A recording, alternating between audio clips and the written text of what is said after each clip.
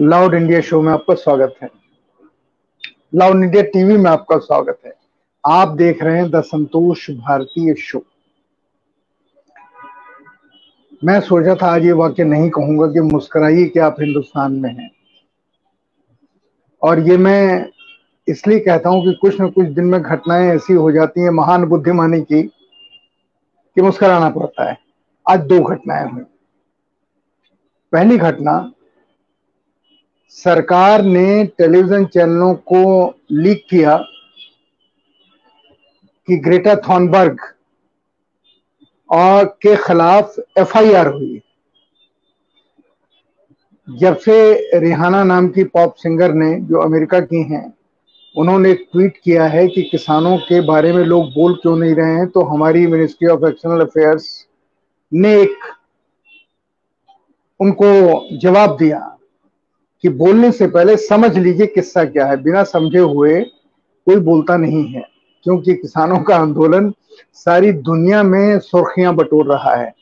बड़े बड़े लोग ये कह रहे हैं कि ऐसा आंदोलन इतिहास में न कभी देखा गया न सुना गया, जो अहिंसक भी हो और जिसमें 7 लाख, 6 लाख, 5 लाख, 8 लाख लोग लगातार बने रहते हों, जिसमें हजारों ट्रैक्टर की 26 जनवरी को दिल्ली में यात्रा की हो और एक खोमचा नहीं लुटा हो। शायद इसलिए, क्योंकि यहाँ के सेलिब्रिटीज नहीं बोल रहे थे, तो रिहाना जो पॉप सिंगर हैं, दुनिया की बहुत बड़ी, उन्होंने एक ट्वीट कर दिया कि लोग किसानों के बारे में बात क्यों नहीं कर रहे हैं। अब उस बेचारी को क्या पता कि हमारे यहाँ बात कर रही, लेकिन जनता बात कर रही है। और ये जो सो कॉल्ड सेलिब्रिटी हैं, यानी फिल्मों की दुनिया से, कला की दुनिया से जुड़े हैं, ये अधूरे दिमाग के लोग हैं। ये देश प्रेमी है ही नहीं, ये बेसिकली लुटेरे हैं। अजय देवगन का नाम लीजिए या अक्षय कुमार का नाम लीजिए। क्यों हैं लुटेरे? क्योंकि ये देशभक्ति के नाम पर हमसे पैसा लूटते हैं। तानाजी फिल्म बनाते हैं, लेकिन तानाजी के पूर्वजों ने, उनके समकालीन लोगों ने या उनके समाज ने जिस तरह से अपनी जान सौंपी, वो भी किसान के बेटे थे। आज किसानों को गाली देने में अजय देवगन सबसे आगे हैं, और दूसरे हैं श्री अक्षय कुमार, महान देशभक्त, जिन्होंने प्रधानमंत्री से सवाल पूछा पत्रकार बनके कि आप आम कैसे खाते हैं। आप सोचो, इतना बड़ा बुद्धि का बेवकूफ दिवालिया आदमी, वो उनसे पूछता है आम कैसे खाते हैं, उसकी गोगी बन गई। एनीवे, उसने क्या किया, वो कह रहा है कि किसानों के खिलाफ ट्वीट कर रहा है, किसान आंदोलन के खिलाफ, और यहां से पैसा कमाता है। वो भारत का नागरिक भी नहीं है, कनाडा का नागरिक है, यहां से पैसा लूट के कनाडा ले जाता है। वो कह रहा है किसानों के खिलाफ ट्वीट कर रहा है, और रिहाना के ऊपर उबल पड़ा है। क्यों उबल पड़ा है? क्योंकि उसे ये पता चल गया कि सारी दुनिया में हिंदुस्तान के फिल्मी कलाकारों के ऊपर उंगलियां उठाई जा रही हैं। लोग हंस रहे हैं कि कैसे सामाजिक रूप से चेतन लोग हैं। तो हमारे संसद में गिनती के 12-14 बार स्पीच देने वाले, संसद में न जाने वाले, संसद का अपमान करने वाले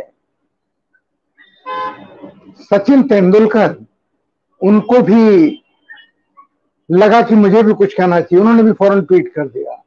और हमारी भारत रत्न लता मंगेशकर, उनको भी ट्वीट करना पड़ा, क्योंकि रिहाना शायद दुनिया में उनसे बड़ा स्थान रखती है।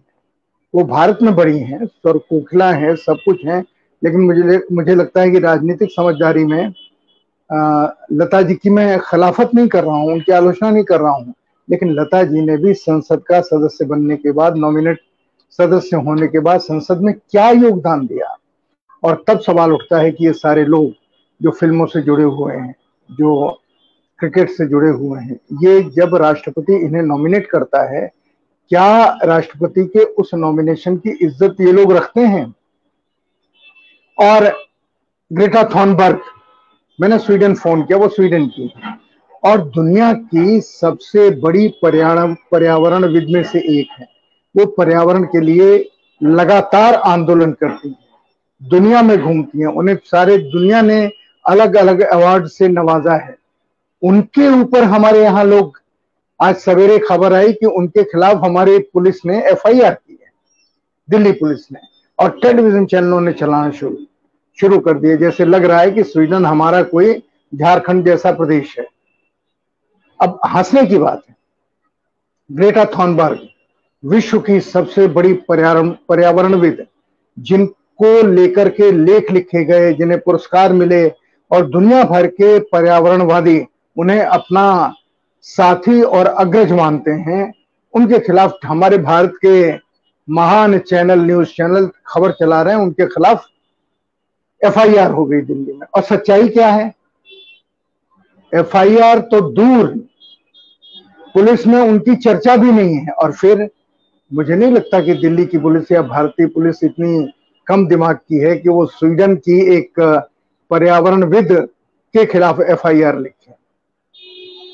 जब हमें दुनिया में जाना होता है, हम हॉलीवुड में हमारे कलाकार नाक रगड़ते हैं, शोर करते हैं कि फिल्म में एक छोटा ही रोल मिल जाए तो अंतर्राष्ट्रीय कलाकार कहलाएं, और वहां के लोग जब हमारे देश के किसानों को लेकर कोई अगर अपनी बात रखते हैं तो हमें बहुत बुरा लगता है।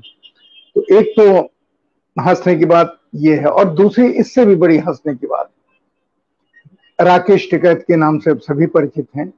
राकेश टिकैत किसानों के आंदोलन के चेहरा बन चुके हैं, बहादुरी से बात करते हैं, सफाई से बात करते हैं, उनके पास शास्त्रीय भाषा नहीं है, उनके पास अंग्रेजी नहीं है, उनके पास परिष्कृत हिंदी भी नहीं है, लेकिन जो उनके पास है वो किसी के पास नहीं है। गांव की सीधी सादी हिंदी में अपनी बात को सामने रखना, मजबूती से रखना, और उसके बाद उसके ऊपर कोई ध्यान न देना कि सामने वाला उसको समझ रहा है नहीं समझ रहा है, क्योंकि उनका मानना है कि ये भाषा सभी समझते हैं।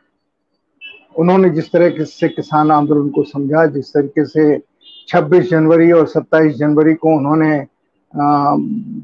फेस किया राकेश टिकैत ने, और जिस तरीके से ये खतरा हो गया था कि लोग उनको जान से मार देंगे, उन्होंने जिस बहादुरी से उसका सामना किया, उन्हें राकेश टिकैत का फेसबुक पेज आज बैन हो गया, ब्लॉक कर दिया। किसने ब्लॉक किया? फेसबुक ने।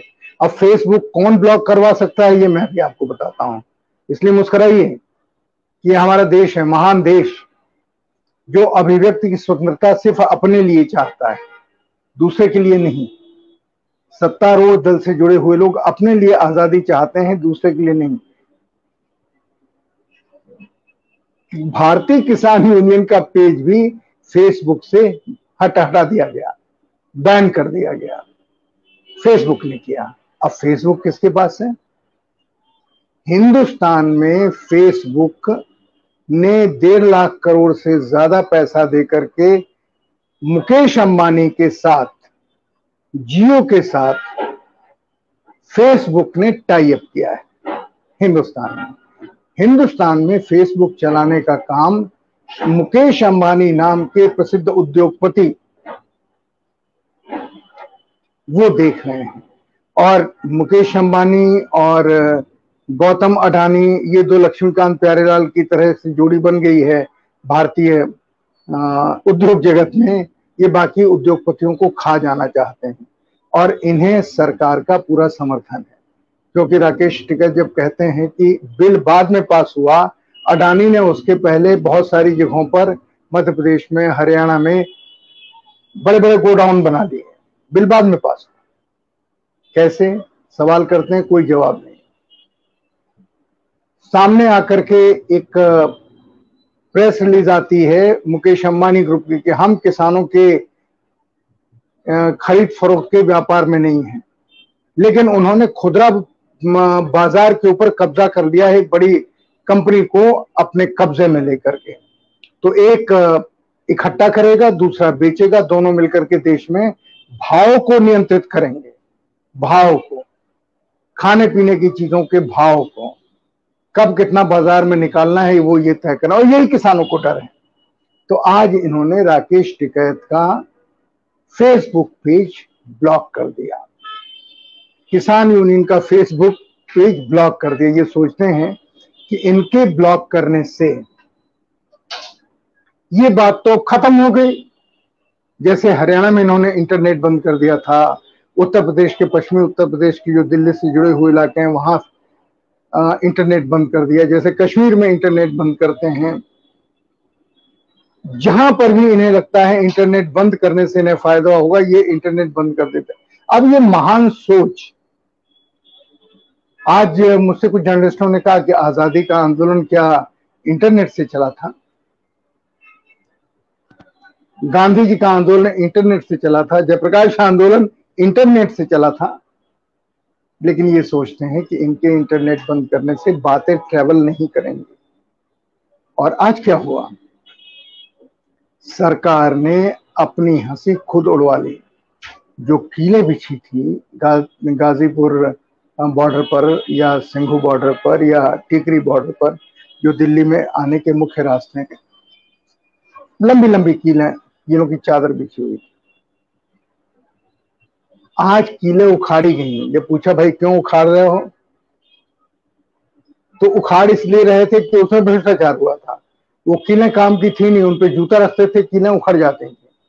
लेकिन फिर भी कई लोग घायल हुए। आज जो गाजीपुर बॉर्डर पे पहुंचे किसान, वो इन कीलों के ऊपर से होते हुए पहुंचे, उन्होंने अपने घाव की परवाह नहीं की, घायल हो गए। और जब सारी दुनिया में आलोचना होने लगी इस चादर की, कीलों भरी चादर की सड़क के ऊपर, तो आज उन कीलों को हटाने का काम अपने आप सरकार ने किया, पुलिस ने किया, जिसने भी फैसला लिया हो, कीलें हटाने का काम शुरू किया और कहा कि अब हम इसे दूसरी जगह लगाएंगे। तो ये दोनों खबरें मुस्कुराने की तो हैं, बहुत ध्यान देने की बात नहीं है। बस ध्यान देने की बात इतनी है कि जिस सामान्य समझदारी की उम्मीद हम खुद से करते हैं, अपने साथियों से करते हैं, उससे ज्यादा उम्मीद हमें प्रशासन और सरकार से करनी चाहिए। लेकिन वो करते नहीं, कर नहीं रहे। किसान जो तर्क दे रहे हैं, वो तर्क सरकार की समझ में शायद आ रहा है, लेकिन सरकार समझना नहीं चाहती। और वो शायद इसलिए नहीं समझना चाहती कि वो ये देखना चाहती है कि इसमें और कौन कौन से वर्ग आंदोलन में शामिल होने की कोशिश कर रहे हैं। अब सरकार को ये नहीं पता कि अगला महीना सर्दी के खत्म होने का, गर्मी शुरू होने का है। एक खुनखुनी ठंड रह जाएगी और फिर हम गर्मी की तरफ बढ़ेंगे। और ऐसे समय वो सारे लोग जो गरीब हैं, किसान हैं, जिनके पास कपड़े पहनने को नहीं है, लेकिन जो इस आंदोलन के साथ हैं, दूसरे प्रदेशों के लोग आसानी से दिल्ली आने लगेंगे और ये आंदोलन फैलेगा। और जिस बात की मैं बार बार घोषणा कर रहा हूं, आज उस बात की तायीद अभय दुबे, जो देश के मशहूर प्रसिद्ध एनालिस्ट हैं, विश्लेषक हैं, टीवी कमेंटेटर हैं, राजनीति के ऊपर नजर रखते हैं और जिनका विश्लेषण न इधर होता है न उधर होता है, बीच का और बिल्कुल सटीक साफ होता है, उन्होंने कहा कि छात्र बड़ी संख्या में इस आंदोलन में शामिल होने के बारे में सोच रहे हैं, कहीं कहीं शामिल हो चुके हैं और वो अपना सेकेंडरी रोल मानते हैं।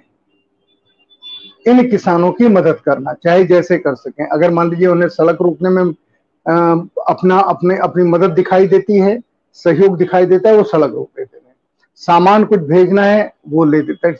सैकड़ों ट्रैक्टर जो आ रहे हैं दिल्ली बॉर्डर पर, टिकरी बॉर्डर पर या सिंघू बॉर्डर पर या गाजियाबाद बॉर्डर पर, उनमें सामान इकट्ठा करने का काम ये छात्र कर रहे हैं, किसान पुत्र हैं और खूब जम के कर रहे हैं। लेकिन उनकी सीधी हिस्सेदारी अभी तक नहीं हुई और ये सीधी हिस्सेदारी जिस दिन हो गई, उस दिन सरकार के लिए इस आंदोलन को संभालना मुश्किल हो जाएगा। पर आज मेरी एक धारणा का समर्थन देश के कई बड़े पत्रकारों ने किया। उन्होंने कहा कि आप देखिएगा, एक दिन ऐसा आएगा जब प्रधानमंत्री मोदी को लगेगा कि उनका समर्थन कम हो रहा है, जो एक सर्वे में सामने आया है। अगर और ज्यादा कम होता है तो मोदी जी रात के 8:30 बजे आकर के ये राष्ट्र के नाम संदेश देंगे कि हमने किसानों की बात मान ली और तीनों कानूनों को हमने वापस कर लिया। हम सदन के अगले सत्र में हम ये प्रस्ताव लेके आएंगे। ये लोगों का अंदाज है, उनका, जो वरिष्ठ पत्रकार हैं, वरिष्ठ विश्लेषक हैं, जिनकी बातें अक्सर सही हुई, ये उनका मानना है। मैंने इसके पहले आपको खबर दी थी कि मुझे किसी मित्र ने फोन करके कहा और मुझे कहा कि आप थोड़े से कम दिमाग के हैं, आप मोदी जी को जानते नहीं हैं। मोदी जी जब देखेंगे कि पानी नाक के पास पहुंच गया है तो वो पैदल प्रधानमंत्री निवास से चलते हुए गाजीपुर बॉर्डर चले जाएंगे, सिंघू बॉर्डर चले जाएंगे और वहां जाकर के किसानों से कहेंगे कि बताइए आपकी क्या मांगे हैं। अच्छा ये मांगे, कोई बात नहीं, हम वापस लेते हैं। तो उसकी बात को आज मुझे पत्रकारों के एक वरिष्ठ ग्रुप ने यही बात कही कि ऐसा हो सकता है। अब ऐसा होगा या नहीं होगा मुझे नहीं मालूम, लेकिन मुझे प्रधानमंत्री मोदी की राजनीतिक फैसले लेने की ताकत के ऊपर पूरा भरोसा है। आप सोचिए, एक आदमी गुजरात में है, 2002 के दंगों को लेकर सारी दुनिया में उसका मजाक उड़ाया गया, उसके ऊपर आरोप लगाए गए, देश में हर जगह उनकी खिलाफत हुई, सॉरी खिलाफत उर्दू शब्द गलत जगह इस्तेमाल करना, उनका विरोध हुआ, उनकी आलोचना हुई, अमेरिका ने उन्हें बैन कर दिया। वो नरेंद्र मोदी, एक मुख्यमंत्री छोटे से प्रदेश के, गुजरात के, उन्होंने वहां से रास्ता तय किया, पहले भारतीय जनता के अपने तमाम विरोधियों को हटाया, जिसका पहला उदाहरण बंबई में भारतीय जनता पार्टी की राष्ट्रीय कार्यकारिणी की मीटिंग में मिला। कह दिया मैं नहीं आऊंगा जब तक संजय जोशी इस्तीफा नहीं देते। संजय जोशी भारतीय जनता पार्टी के उस समय संगठन मंत्री थे। उन्होंने कह दिया संजय जोशी जब तक रहेंगे तब तक मैं कार्यकारिणी की बैठक में नहीं जाऊंगा, अधिवेशन में नहीं जाऊंगा। संघ को कहना पड़ा, संजय जोशी को, क्योंकि वो संघ के प्रतिनिधि थे, भाई अभी इस्तीफा दे दो भारतीय जनता पार्टी के संगठन मंत्री के पद से, तुम संघ में बने रहो, काम करते रहो, लेकिन यहां से इस्तीफा दे दो। उन्होंने इस्तीफा दिया और शान के साथ नरेंद्र मोदी भारतीय जनता पार्टी की कार्यकारिणी में और खुले अधिवेशन में पहुंचे।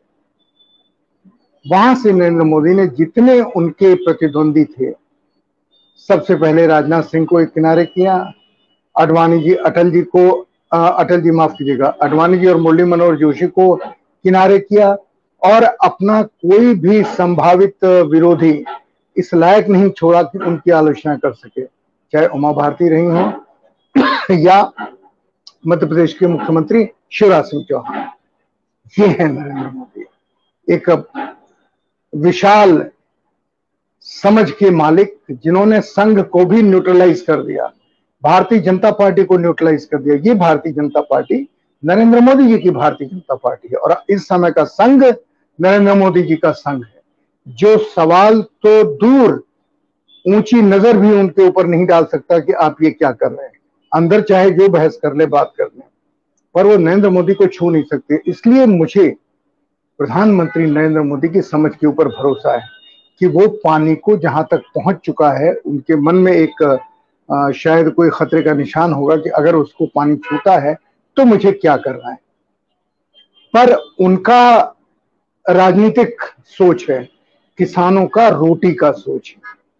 किसान अपनी रोटी के लिए, अपनी रोजी के लिए, अपने परिवार के लिए, अपने बच्चे की नौकरी के लिए, भविष्य के लिए, और कुल मिला के देश के भविष्य के लिए लड़ रहा है। इस बात को किसान छुपाते नहीं। आज जो लोग बॉर्डर पे गए थे उनसे मैंने पूछा, उन्होंने कहा कि हाँ आपका सही मानना है, क्योंकि इसी तरीके से सारे किसान सोचते हैं। एक नहीं, वहां 50,000 हैं, 1 लाख हैं, 2 लाख हैं, 3 लाख हैं, जहां भी हैं, लोग एक ही तरह से सोचते हैं। जैसे कल जींद की रैली में एक ही भाषा थी, मथुरा की रैली में एक ही भाषा थी, मुरादाबाद की रैली में एक ही भाषा थी, बिजनौर की रैली में एक ही भाषा थी, और अब जितने किसान महापंचायत हो रही है उन सबकी एक ही भाषा है। इसके पहले कुरुक्षेत्र यूनिवर्सिटी के छात्रों ने किसान महापंचायत बुलाई थी, उसमें भी यही बात थी। कितनी भीड़ थी, आपने कहीं किसी रैली की भीड़ देखी? शायद कल जींद की रैली की देखी होगी। बाकी देश में जितने किसानों की महापंचायतें हो रही हैं आपको नहीं दिखाई जाती हो।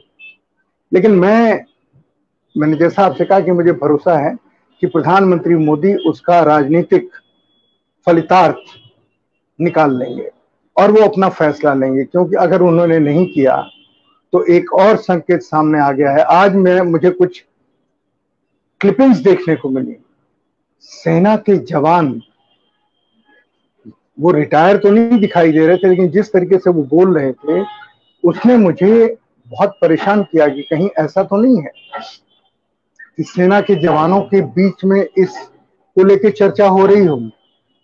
आज हमारे ड्रेसिंग रूम से खबर आई जिसमें हमारी क्रिकेट टीम के कप्तान ने कहा कि हमारे ड्रेसिंग रूम में भी किसान आंदोलन को लेकर चर्चा हुई।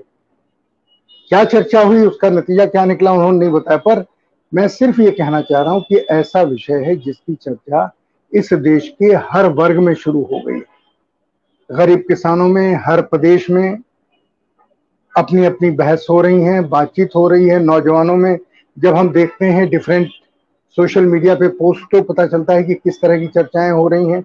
बहुत विरोधी चर्चाएं भी हो रही हैं, जाहिर है वो आईटी सेल कर रहा है, लेकिन वो आईटी सेल इस समय उन किसानों के लड़कों के आगे फेल साबित हो रहा है, बौना साबित हो रहा है, जिनके माँ बाप, भाई बहन इस आंदोलन में बॉर्डर पे बैठे हैं। जिस तरीके से किसान रणनीति बना रहे हैं, सरकार को चिंतित होने की जरूरत है। आज कहा कि लोग एक गांव से 15 लोगों को भेजें 15 दिनों के लिए, फिर वो लौट जाएं, दूसरे 15 लोग आए 15 दिनों के लिए। कुछ जगहों पे कहा उन्होंने कि जो 15 दिन के लिए नहीं आ सकते हैं 7 दिन के लिए आए, लेकिन 15 लोग आए एक गांव से, एक घर से एक आदमी। ये स्थानीय तौर पे किसान पंचायत कह रही है, लेकिन दिल्ली से किसानों के नेता कह रहे हैं कि एक गांव से 15 लोग आए एक बार और फिर 15 दिन के बाद दोबारा। ये रणनीति, इसका सामना सरकार क्या करेगी? गांव से निकलने से पहले लोगों को जेल में बंद कर देगी? जेलों में इतनी जगह कहां है? इसलिए सरकार को भी सोचना चाहिए कि किसानों के साथ हम किस सवाल के ऊपर द्वंद्व कर रहे हैं, युद्ध कर रहे हैं, किस बात के लिए हम किसानों का अपमान कर रहे हैं। नहीं करना चाहिए। सरकार इस देश के लोगों की सरकार है। आपने जिस तरीके से बैरिकेडिंग की, जिस तरीके से तार लगाए, बाड़ाबंदी शब्द चल रहा है, वही बाड़ाबंदी शब्द जो राजस्थान में एमएलएस के लिए चला था जब अशोक गहलोत ने उनको घेर के रखा था। और वो बाड़ाबंदी शब्द दिल्ली बॉर्डर और सिंघू बॉर्डर के ऊपर शब्द इस्तेमाल होने लगा कि पूरी दिल्ली की बाड़ाबंदी शुरू हो गई। पूरी दिल्ली की बाड़ाबंदी,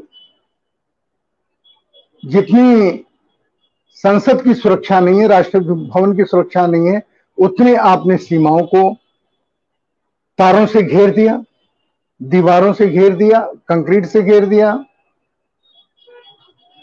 स्वागत करना चाहिए कि उन्होंने कीलें हटाने का काम शुरू कर दिया, क्योंकि उससे वो भी नहीं जा सकते। फिर ये समझ में नहीं आया कि आज संसद के 15 सदस्य गाजीपुर बॉर्डर पर किसानों से मिलने पहुंचे। किसानों ने साफ कर दिया है हमारे मंच पर किसी राजनीतिक दल की कोई जगह नहीं, लेकिन अगर वो हमसे मिलकर के और हमें अपना समर्थन देते हैं तो हमारी क्या दिक्कत है? हमारे मन से किसी का भाषण नहीं होगा। पुलिस ने इन लोगों को वहां नहीं जाने दिया किसानों से मिलने के लिए।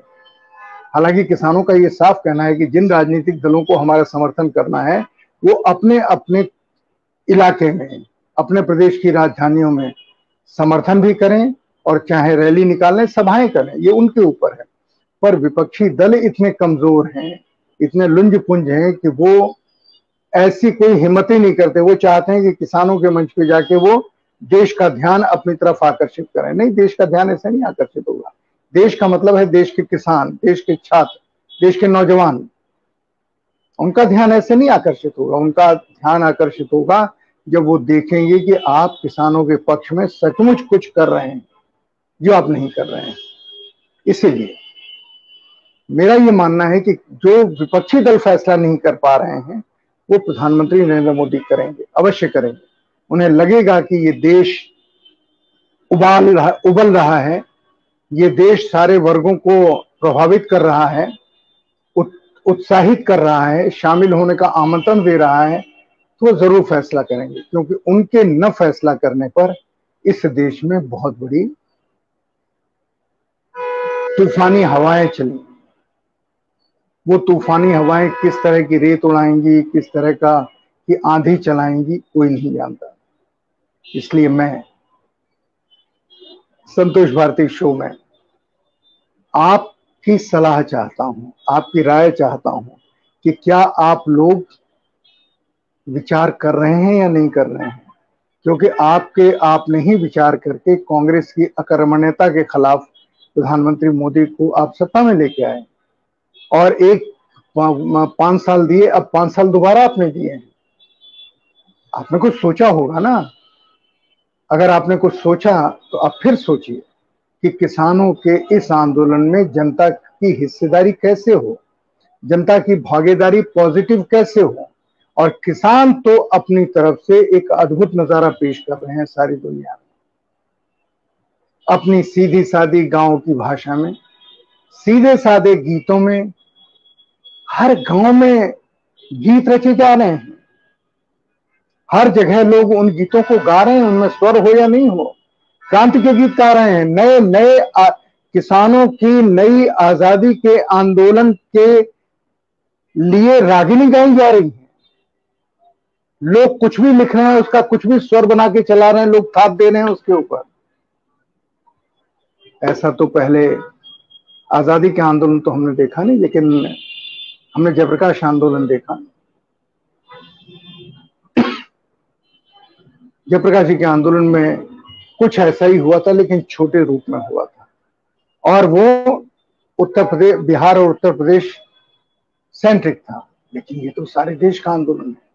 केरल हो, उड़ीसा हो, कर्नाटक हो, आंध्रा हो, तमिलनाडु हो, ये वो प्रदेश हैं जिनके बारे में हम बात कम करते हैं। हमारे टेलीविजन चैनल दिखाते ही नहीं है कि ये भी कोई प्रदेश हैं। लेकिन हाँ, अगर बात बिहार में शुरू हो जाए और बिहार में किसान कहें कि हम इस आंदोलन के साथ हैं, तो चिंता की बात नीतीश कुमार के लिए भी होनी चाहिए और भारतीय जनता पार्टी के लिए भी होनी चाहिए। बंगाल है, इस चुनावी हवा को इस तेज की इतने योजना पूर्वक तेज किया जा रहा है कि वो अमित शाह या मोदी बनाम ममता बनर्जी में बदल जाए, ताकि किसानों की कोई बात सामने ना आए। पर वहां भी किसान संगठित हो रहा है, और वो भी मुझे लगता है कि हफ्ते भर के बाद दिल्ली की तरफ कूच करेगा।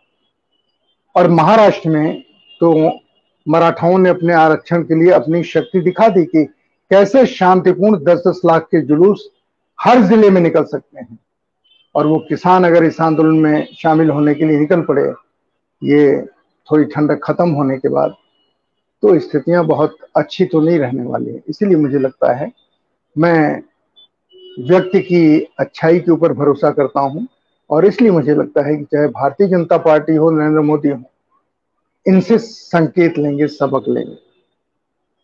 प्रधानमंत्री जी ने सोशल मीडिया का बड़ा प्रचार किया, social media, social media, social media.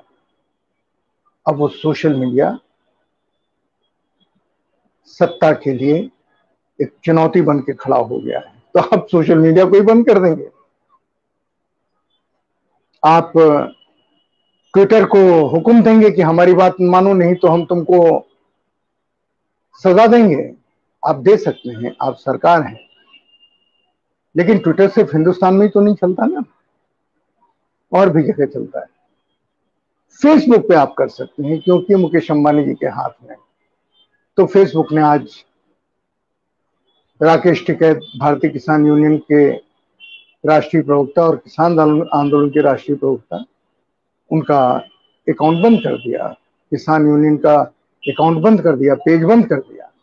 Mukesh ही कर सकते हैं, क्योंकि मुकेश जी और अडानी साहब ये मानते हैं कि ये सरकार उन्होंने बनाई है, इस पे लाखों करोड़ खर्च किए हैं, अब इस सरकार से जो फायदा लेना है वो तो फायदा ले लें। इसीलिए जितनी हमारी कंपनियां बिकी हैं, उसे इन्हीं दोनों में से किसी न किसी की फ्रंट कंपनी ने खरीदा है, भारत सरकार की, और उसके पीछे मल्टीनेशनल है।